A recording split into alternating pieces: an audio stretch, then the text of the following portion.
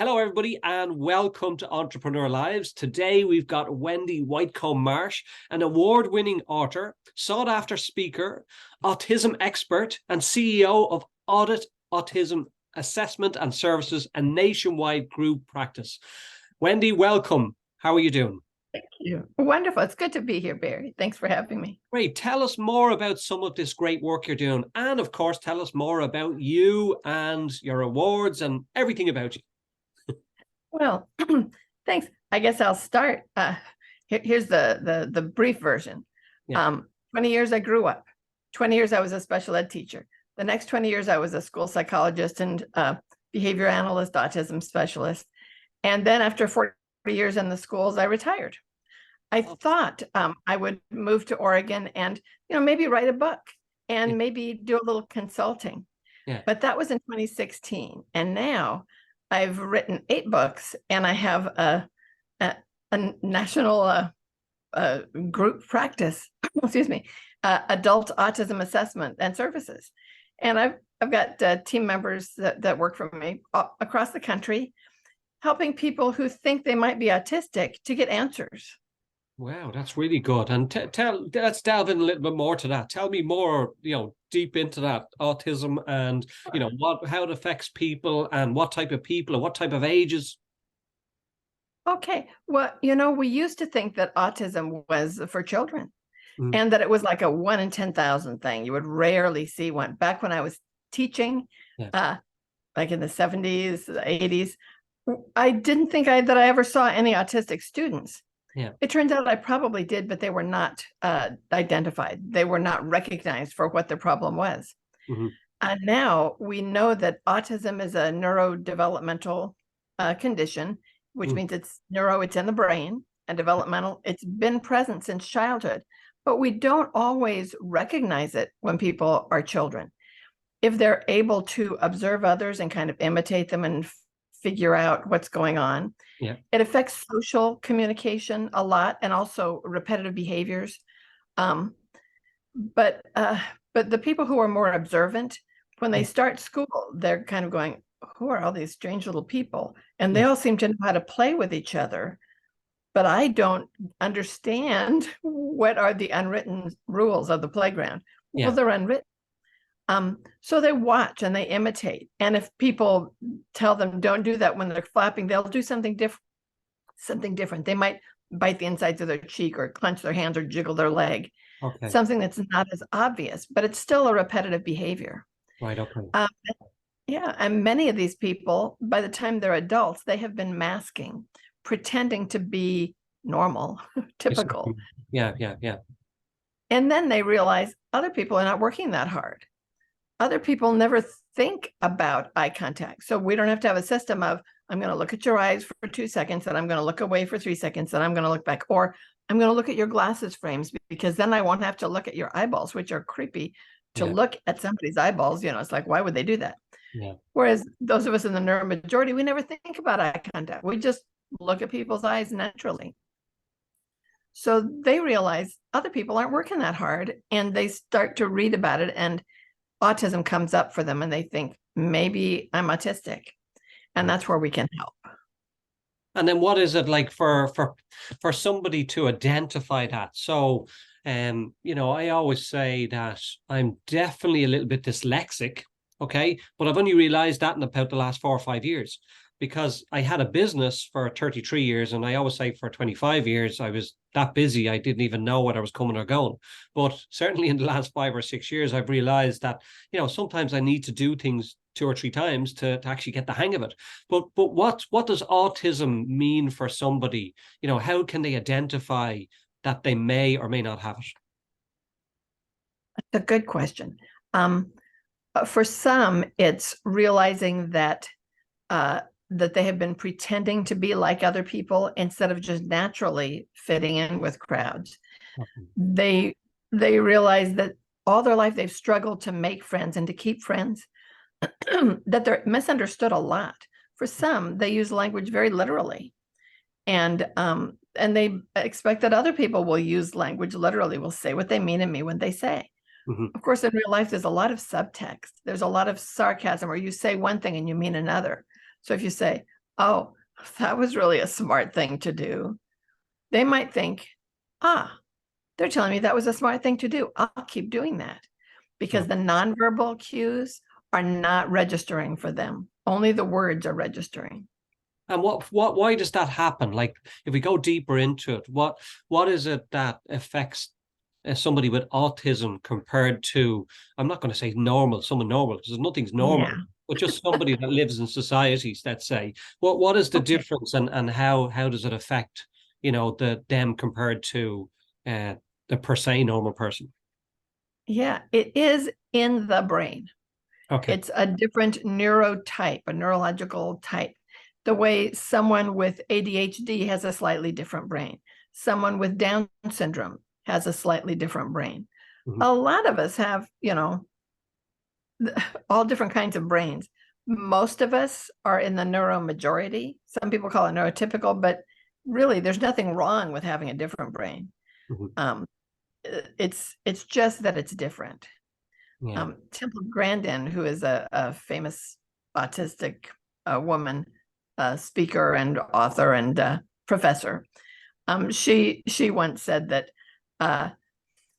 if we didn't have autistic people, everybody would still be living in caves, sitting around chatting around the fire. It takes somebody with autism to just get the job done, to have that laser focus. Excuse me. And that's maybe not true for every autistic person, but a lot of people with autism have a very strong ability to focus on one thing and just keep doing that and not get distracted by the social world necessarily. But sure, it's Wendy, it's a bit like what you just said there. Like, when we look at the mind, whether it's a rich man, a poor man, a beggar, or a thief, they've all got the same minds, just different arrangements. So I assume, autism is just the same thing. It's just somebody that may not have something that somebody else has, or they do have it, but it's just in a different context. Yeah. And like anyone, autistic people learn. We all learn. Yeah. But the typical kids on the playground, nobody teaches them how to play with each other.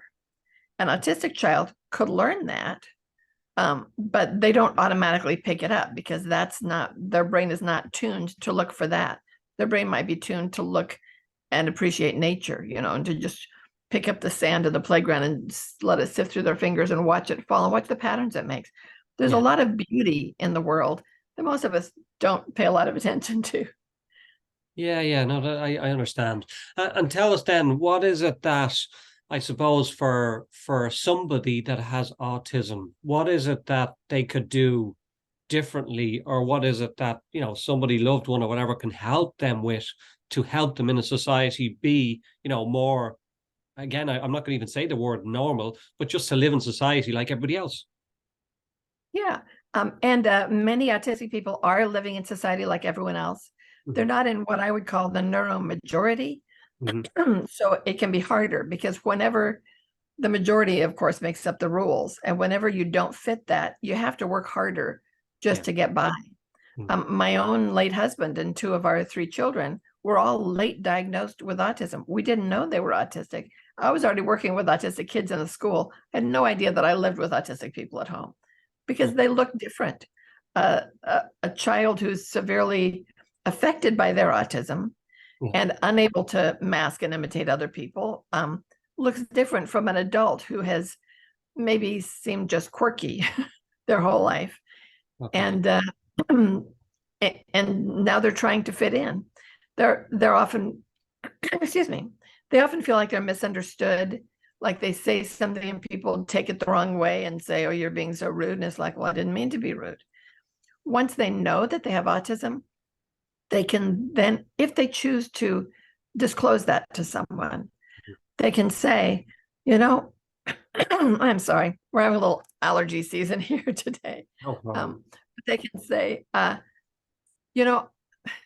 the kind of person that if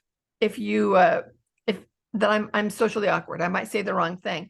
I hope if I say something like that and hurt your feelings, you will tell me what I did wrong because I want to change. They may or may not use the words, I'm autistic, therefore, because some people still have ideas about that where there might be a stigma attached. Just because I think there's nothing wrong with autism doesn't mean that the whole world thinks that. And you might say, I'm autistic, and have people go, oh no, I'm going to quit interacting with you. But would that be, in your opinion, as the expert, would that be somebody that's quite confident within themselves to be able to do that? Like, what percentage of, I suppose, autistic people would have the confidence to, say to somebody, look, if I say something or do something, it's not intentional, it's because I have autism. Would there be a high percentage of people that'd be like that, or that confident to be able to say it? I haven't read any studies about the percentages of that. I think a lot of autistic people, it's a good question you brought up, because many autistic people do not have high self-confidence because they've spent their lifetime getting rejected or having problems. And so then they're not.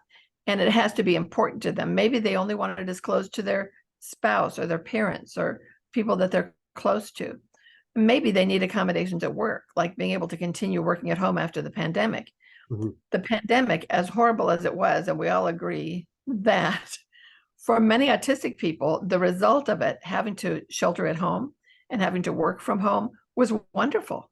It's like now nobody expects me to go out in public and go to parties and go to bars and that kind of thing, which is it's not of interest to most autistic people that I know. They like to stay home. They like their comfort zone. The familiar is very, very comforting rather than something new and different.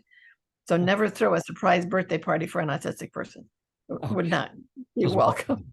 But I suppose that leads me to the next question, and that is how can somebody help somebody that is autistic and knowing they're autistic, but I suppose helping them in a way that you're not making it look like you're helping them. You're just, being accommodating to them in a way that's professional, and of course, helping them in the background without them actually knowing.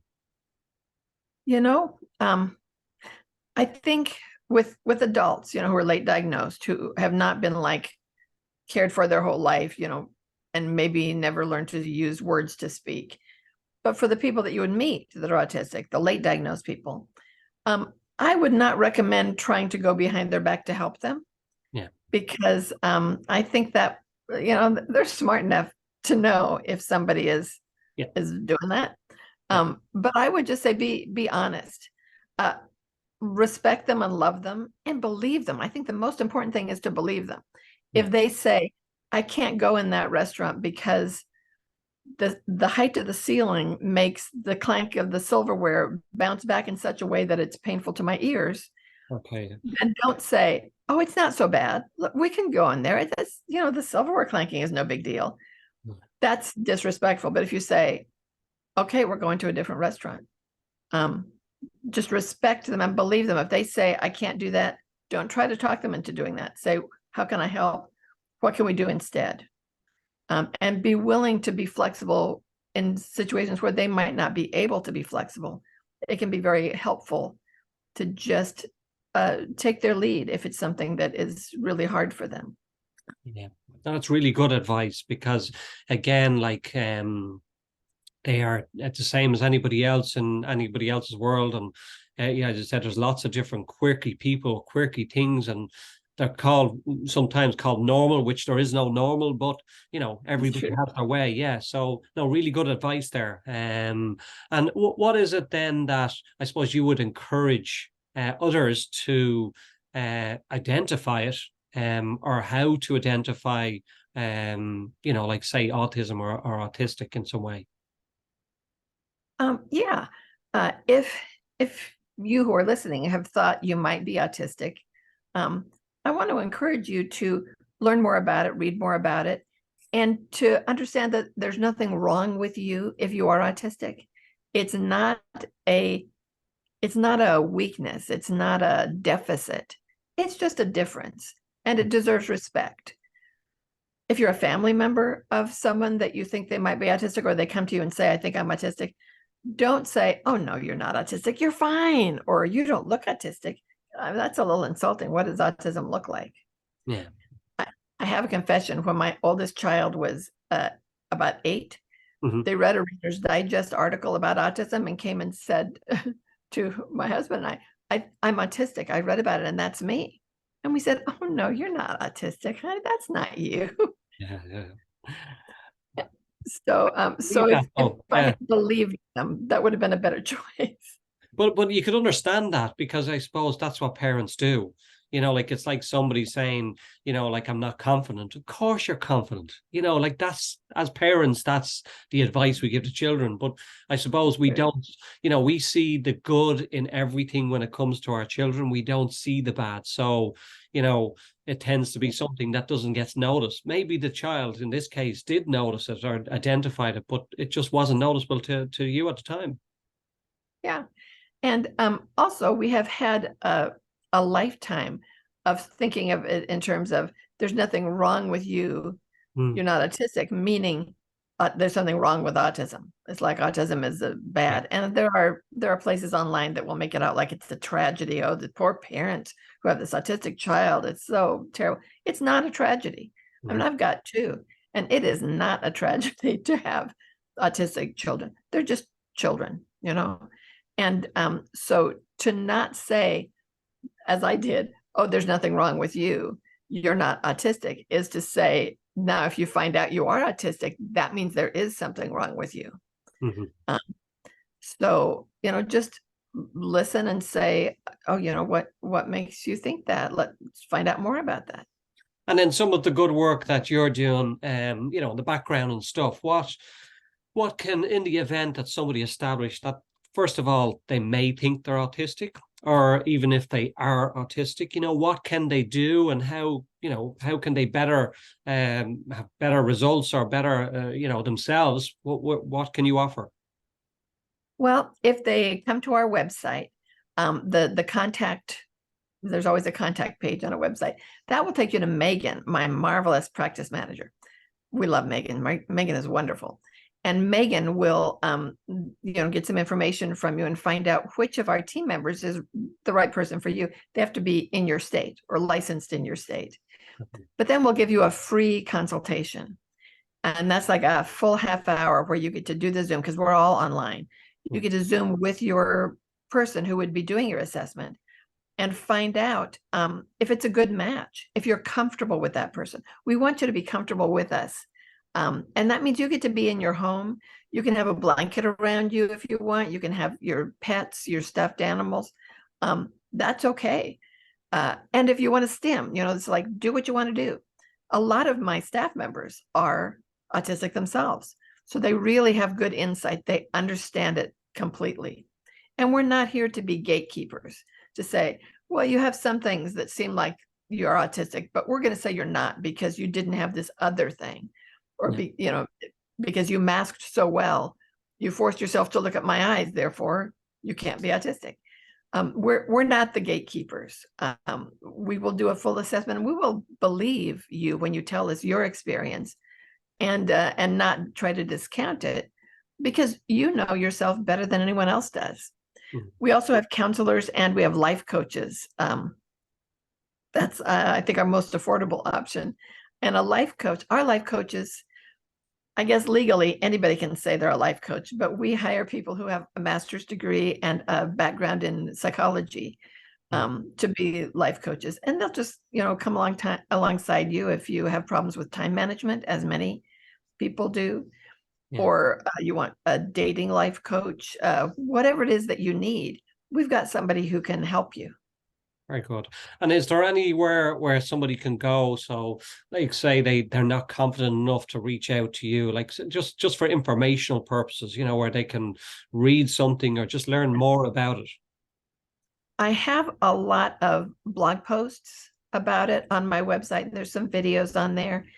My other website, WendelaWhitcombMarsh.com, is that's all about my books. And I've got one of my books is Recognizing Autism in Women and Girls, because it looks different in women than it does in men. And then I'm just finishing up a series called Adulting While Autistic. It's got independent living while autistic, dating while autistic, relating for couples who are autistic, and parenting while autistic. That comes out December 5th. There's a lot of books for parents who have autistic children, but there aren't books for parents who are autistic, right? And their parenting. So I'm excited to have that one come out. Fantastic. We Now, look forward to that, yeah. I'm sorry, what? I said fantastic. We look forward to that. Oh, thank you. And really, you can ask your library if they have my books, because I'm not here trying to get you to pay money. I want you to get your needs met. So if you can get my books at the library, that makes me happy. Check it out. Fantastic. Wendy, it's been a pleasure. It's so insightful to find out so much information about, autism and different age groups and stuff like that. Tell us again where people can reach out to you directly then. Yes. My email is Dr. Wendy, DRWENDY at adultautismassessment.com. And that's all one word, Adult Autism Assessment. My doctorate, I'm not a clinical psychologist. I hire some, but I have a religious studies doctorate in pastoral counseling with an emphasis on counseling those affected by autism. So that's where I'm coming from. But the people that I have hired are licensed in the states, hopefully the state where you live. But if you want to get me personally, it's Dr. Wendy at adultautismassessment.com. If you go on the website, the contact Megan will help you. Fantastic. Wendy, it's been a pleasure. Thank you very much.